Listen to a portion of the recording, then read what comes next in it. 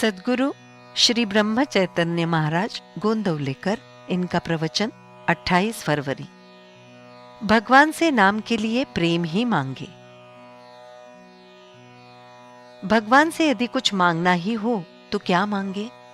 तुम उनसे नाम के प्रति प्रेम ही मांगो, दूसरा कुछ मत मांगो। भगवान से मांगते समय गलती नहीं होनी चाहिए। किसी अध्यापक ने छात्रों को साल भर अच्छे ढंग से पढ़ाया।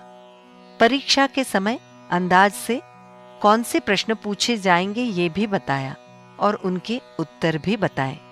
लेकिन जब परीक्षक परीक्षा लेने के लिए उपस्थित होते हैं तब उत्तर तो छात्रों को ही देने पड़ते हैं। वहां उस वक्त अध्यापक उपस्थित होंगे और छात्र गलत उत्तर देंगे तो भी अध्यापक कुछ भी नहीं कर सकते। बस ठीक वैसी ही मेरी स्थिति है। भगवान से कुछ मांगने का काम तो तुम्हें ही करना है, अतः तब तुम कोई गलती मत करना। इसलिए मैं आपको इशारा दे रहा हूं। किसी भी तरह की परिस्थिति हो तो भी भगवान का स्मरण रखो। ऐसी स्थिति में भली बुरी बातों का मन पर कम असर होता है। मनुष्य संकट आने पर घबराता है, परंतु जो परमेश्वर का अस्तित्व मानते हैं उन्हें घबराना उचित नहीं है। किसी बालक का पिता सिर के ऊपर ओढ़न लेकर हौवा खड़ा कर देता है तो बालक डर जाता है, लेकिन जब उसे पता चलता है कि ओढ़न के भीतर अपने पिता ही हैं तो बालक डरता नहीं है। उसी प्रकार प्रत्येक व्यक्ति ध्यान में रखे कि अपने बारे में घटने वाली भली बुरी बातें ईश्वर या अपने गुरु की इच्छा से ही होती है, तब उसे डर नहीं लगेगा या दुख भी नहीं होगा। वैसे ही अच्छी बातें भी घटेंगी तो भी असीम आनंद भी नहीं होगा। इसलिए निरंतर भगवान का चिंतन करें। अपनी इच्छा के अनुकूल सभी बातें होने पर ऐसा नहीं है कि सुख होगा ही।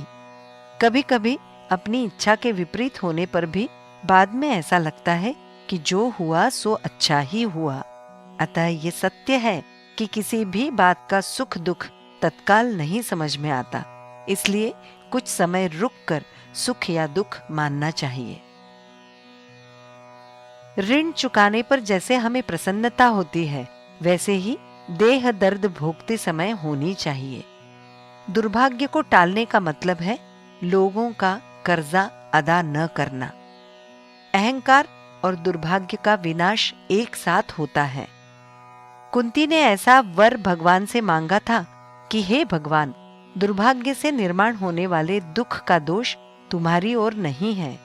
यदि दुर्भाग्य के कारण होने वाले दुख से तुम्हारा अनुसंधान बना रहता हो तो मुझे आजन्म दुख में रखो। इस वरदान का मर्म ध्यान में रखो और तदनुसार व्यवहार करो। हर हालत में अनुसंधान में रहने का प्रयास करो।